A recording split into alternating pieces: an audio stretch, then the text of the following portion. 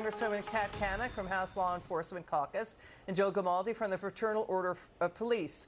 So, first to you, Congresswoman, Lori Lightfoot is now out. She now claims racism, sexism. So does the New York Times op-ed writer Charles Blow. Everybody said no to her. More than 8 out of 10 Chicago voters voted to oust her, get rid of her as mayor. Her approval ratings plunge as homicides in Chicago, they hit their highest number in 25 years. It's the most of all U.S. cities last year, nearly 700. There was a murder just an hour and a half into the new year. Joe? Yeah, let's be clear. Lori Lightfoot lost because she absolutely sucked at her job. There's no other reason.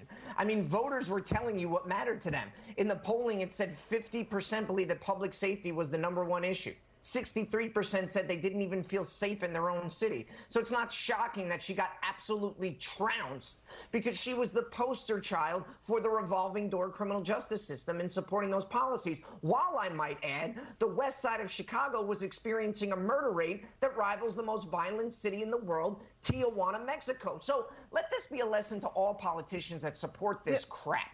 We are not going to stand for this anymore, and they're going to vote you out. Your job's on the line now, so maybe you'll actually listen to it. Mismanaged. So, Joe, to what the Congresswoman just said, the former Chicago Public Schools CEO, Paul Vallis, he's got a tough-on-crime conservative platform. He finished #1. He wants to add more police officers to patrol Chicago. And, Joe, what's really interesting, all this comes right after Florida Governor Ron DeSantis went to that suburb outside Chicago to slam far-left weak-on-crime policies. Watch this.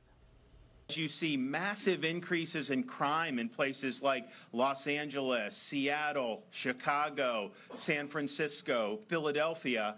Florida has a 50-year low in our crime rate. So how could that possibly be? If it's going up, how could it be lower for us as a relative matter? And it's not rocket science.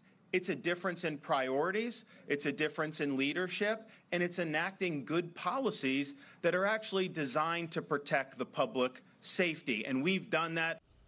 So, Joe, Lori Lightfoot out. San Francisco recalls far-left DA Chesa Boudin. The court fight is on to get rid of far-left Circuit County Attorney Kim Gardner for not prosecuting crimes in St. Louis. She's backed by George Soros. Does it seem that Democrats are at the breaking point on crime, Joe?